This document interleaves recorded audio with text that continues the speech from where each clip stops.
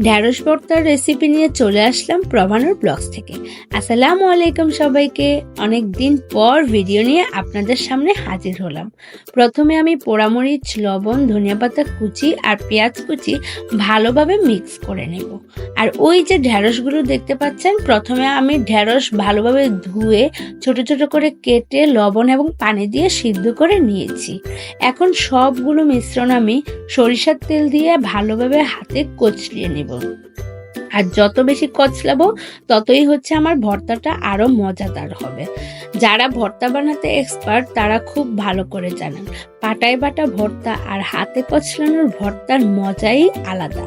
আর ভর্তা যত বেশি মজা তত বেশি খেয়েও শান্তি। এইরকম একটু ভর্তা দিয়ে 1-2 প্লেট ভাত নিমিষেই খাওয়া যায়। আর যারা ভর্তা পাগল তারা তো মাছ মাংসের চেয়েও ভর্তা খেতেই বেশি পছন্দ করে।